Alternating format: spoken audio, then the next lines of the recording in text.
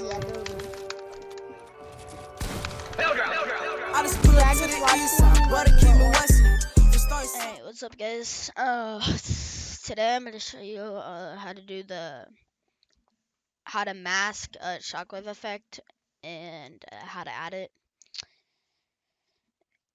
So go ahead, get your clip in, get your music in, find about where you want it to be. I don't know exactly, but you know. So then find your beat drop. I just pull So it's probably like right here.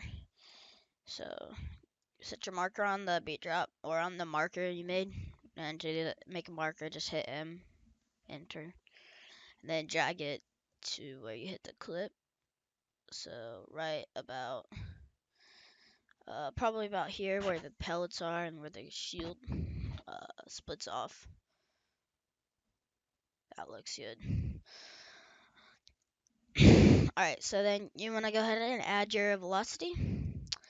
You want to add the point right on the marker, add that to 200, make sure it's right on the marker at 200. 7 back, 1, 2, 3, 4, 5, 6, 7. You're going to add this to about normal. A 6 or 7 back doesn't really matter. 4, 5, 6, whatever you guys really like. 50. So just check if it looks good before you trim. I just pull up to the east. I just pull up to the east. So yeah, that looks like really good. So you want to trim there. You want to add these effects. I'm going to put up right here. I have my own preset for this. Okay, just copy these settings. This the shake. There's 2 shakes. Just copy add shake up here in your video. Copy these settings. Just copy it all. Here's my second shake that you want to add.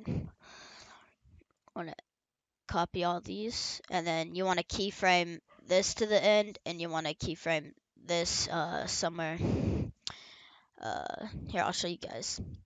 Just keyframe everything about in the middle, and anything with this red clock next to it, you want to keyframe that to about in the middle. It's honestly preference, but here's the rest of the settings for the second shake. Then next effect is flicker. You want to just keyframe this to the end about the middle. Looks good. Here's the glow. Just exactly this. Keyframe it to wherever you want it to end. Duotone. You don't exactly have to do this color scheme. Like this whole FX chain is based on like a pink color scheme, and honestly, you don't really have to do like a pink. It could just be like a normal, like bright glow. Like it doesn't even have to be pink. I mean, whatever color. But for this it's pink. That's why I added the pink glow. You know, everything. So here's my pink duotone. You want to fade the mix with source all the way in, so it fades out. That's how you do that one. You can copy those too. You can add color corrector. Like I added pink color corrector just to make it look better. I think it looks better, but you know, I'll unadd it, and if I see that it looks better with it, then I can add it back. Blur, just fade that in halfway. Just s_blur. Distort RGB. This is one of Crow's. I like him a lot. So you can use his if you guys want. These are his settings here, and then you can fade it halfway in. And then yeah, that's it for the bottom section. And then what you're gonna do is hit Control C, copy that, paste it up here, drag it in the same spot. You cut the audio out, drag this down, delete the audio track, and then drag it down. And then you want to go up here, and you want to delete everything but the shake. So don't delete anything yet. Don't delete anything yet. So now you want to add, leave the shake, leave the two shakes, leave the glow, and add this black and white right here.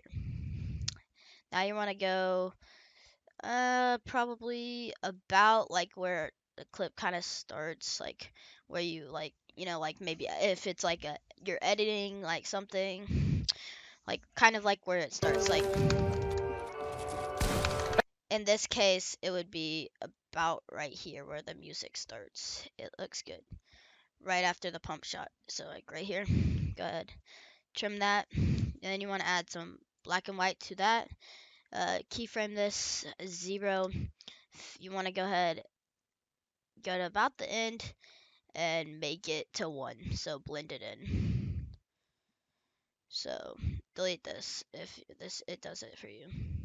So don't keyframe it first. You wanna have it to 0 and then keyframe it and then drag it to the end and then add 1.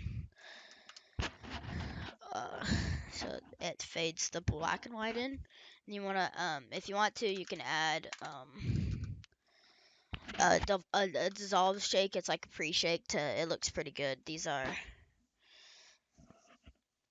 my settings for the pre-shake, or actually it's Scades. He's a pretty good editor, but I messed with his settings a little bit to make it look a little bit better. So just go ahead, copy this, hit this little thing, go to the end, set it to about 200. Oh yeah, these aren't Scades. These are Xavier's, I think. They're about Xavier's. Let's go to 200. Anywhere between like 200, 250. Literally just anything.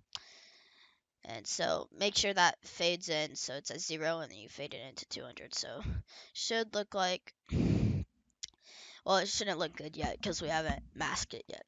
Go ahead, go to the top clip here. You want to hit crop. I'm going to hit mask down here. See that circle? Make sure you have that selected. Go like right about here. Or actually, almost forgot. Go ahead. We're going to want to add the shockwave effect because that's what this tutorial is about. So I'll leave a link in the description to this, but you can either use this type of shockwave, this type of shockwave, or this type of shockwave, but I like this one. It's the one circles, it looks best. Drag to about here, hit U once again, delete the audio track, add velocity, set it to, honestly, this preference, set it to like whatever you want. I'm just gonna set it to 400. I've used 400 in the past. Go ahead, go to composition mode. It's right about here. Select it to screen, and then go to color corrector. This is optional too. Secondary color corrector. Drag this on saturation. Turn it all the way up. And then this is optional too. This is like if you really want to go out your way, you can kind of like straighten this up,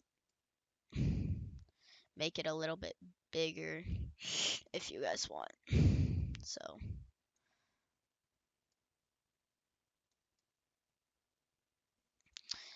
you know what?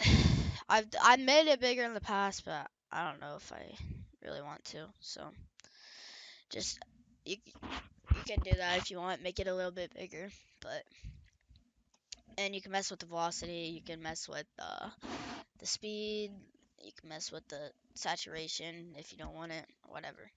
Alright, so now you're gonna want to go to mask over here. Click on this, hold down shift while doing this.